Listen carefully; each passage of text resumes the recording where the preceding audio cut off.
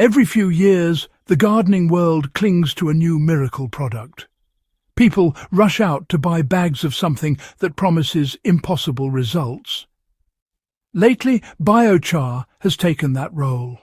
You see it everywhere. Glossy packaging, dramatic claims, influencers swearing it will turbocharge your soil.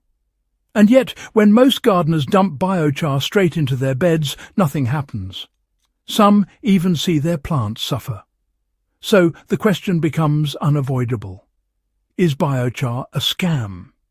The truth is far more interesting, and it reaches deep into ancient agriculture. The real issue isn't the biochar itself. It's that the modern retail version has nothing to do with what ancient civilizations actually used. For the next minute, think about this. Archaeologists uncover some of the richest, most fertile soils ever discovered in the Amazon basin, the legendary terra preta. These soils are thousands of years old, yet they still outperform many modern agricultural fields. People instantly jump to the conclusion that the secret was charcoal. That's where the modern biochar craze began. But the archaeological record tells a more complex story. Those ancient soils were not created with raw charcoal at all. They were created with a living mixture of char, food scraps, bones, broken pottery, manure, organic waste and microbial activity so intense that the soil became its own ecosystem. That is the real biochar. And it's nothing like the sterile bagged charcoal fragments sold today. The reason modern biochar fails is because it is missing the biological component that made ancient soils powerful. When you buy a bag of biochar and pour it straight into your garden, it behaves like a sponge, but an empty one. Charcoal in its raw form absorbs nutrients, locking them away instead of releasing them. Ancient farmers understood this.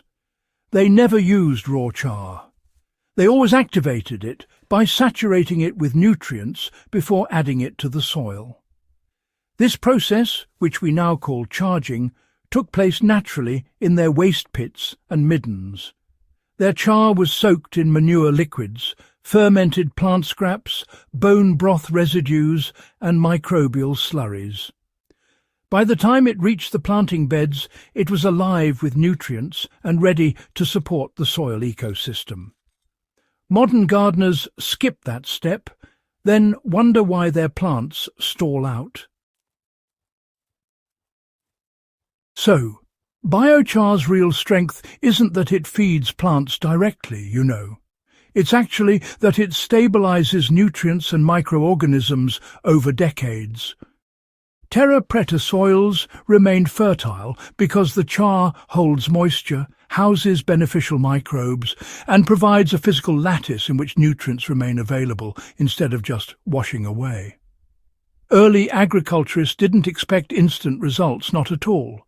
They were building soil that would endure through generations. That is exactly why, these days, modern gardeners expecting a quick miracle often feel disappointed. The retail industry markets biochar as a fast-acting booster, but historically it acted more like infrastructure, a permanent foundation for soil to organize around. Now you can replicate the ancient process, but only if you activate the char properly. The first step is avoiding raw application. Instead, the char must be combined with nutrient-heavy materials. A practical example is using a bucket or barrel filled with a mixture of manure tea, compost drippings, leftover vegetable wash water and soaked plant debris. Pour your charcoal into this mixture and leave it for several days or weeks. The pores of the char fill with life. Another method practiced by some rural farmers is combining char with fresh green waste and a splash of urine, letting it ferment before adding it to the soil. This mimics the conditions of old midden pits where organic matter, waste products and char mixed constantly. When you apply activated char to your garden, the soil recognizes it not as a sponge, but as a partner.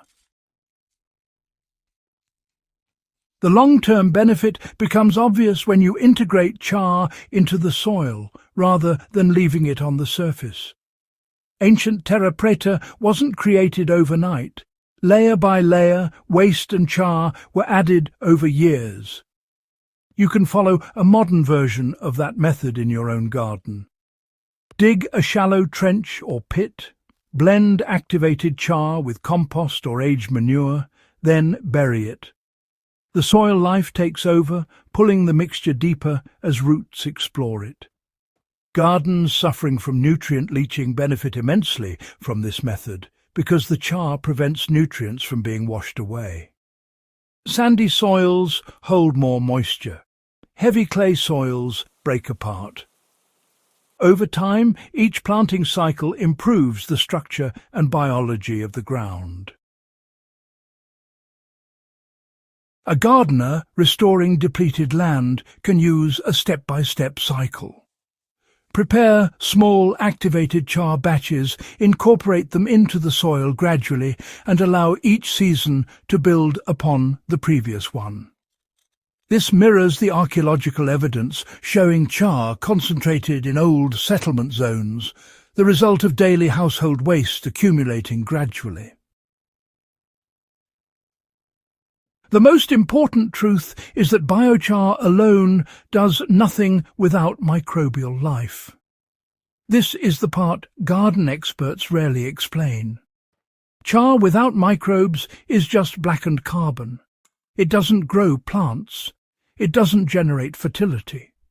The power comes from the combination of carbon structure, nutrient saturation, and microbial colonization. That combination is the reason terra preta remains productive centuries after its creators vanished. It's also why many modern experiments fail.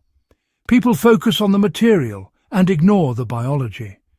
But the ancient world understood soil as a living organism long before modern science confirmed it. When you use biochar the way ancient farmers did, you're not buying into a scam. You're reviving a method rooted in deep time, one that transformed some of the world's poorest soils into permanent agricultural hotbeds. When done properly, biochar builds soil that lasts, stabilizes nutrients, and supports plant growth far beyond a single season. If you want more forgotten agricultural insights, soil-building techniques, and survival-grade methods that outlast modern trends, make sure you subscribe to Hydro Haven. Share this guide with someone who deserves the real history behind the tools we use.